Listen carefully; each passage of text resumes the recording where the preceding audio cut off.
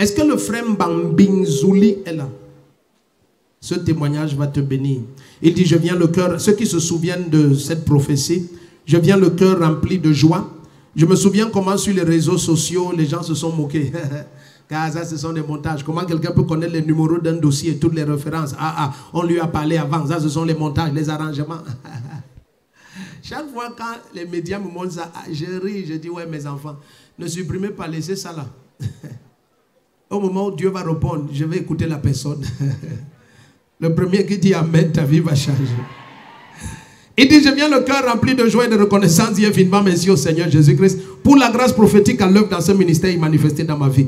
En effet, depuis plusieurs années, je suis porteur d'un grand projet, le technopôle hydro-agricole de Lolodov, qui nécessitait des autorisations et des financements de plusieurs ministères avant d'être lancé. Mais durant toutes ces années, j'ai été confronté à des refus et difficultés de tout genre de la part des autorités au point de sombrer dans la frustration et le découragement total. Plusieurs personnes ayant fait chemin avec moi dans ce projet s'étaient également découragées et m'avaient quitté en déclarant qu'un tel projet n'allait jamais voir le jour dans ce pays. Il y a de cela 2 ans, j'ai pris part à un culte ici à l'église et pendant que papa marchait dans la salle, je l'ai approché et je lui ai dit que j'ai un projet. Papa a tenu les documents dans sa main et il a dit va, c'est accordé. Après cela, après cette déclaration de papa, pardon, j'ai continué de démarcher et les choses se sont compliquées. J'ai alors refusé de me décourager et je rappelais chaque jour cette parole de papa qu'il avait déclaré va, c'est accordé. Et pendant, c'était pendant quoi où je vous ai appelé ici, j'ai dit il y a un papa qui a un dossier, machin, avec les numéros. Ça fait déjà environ presque 6 mois. 6 mois? Oui. C'était pendant quoi? Vous vous souvenez ce que c'était? C'était une nuit de prière. Ok. Donc c'était une nuit de prière. Oui.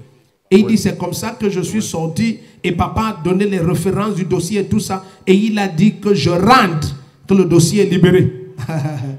Et il dit depuis cet instant, toutes choses bloquées se sont ouvertes.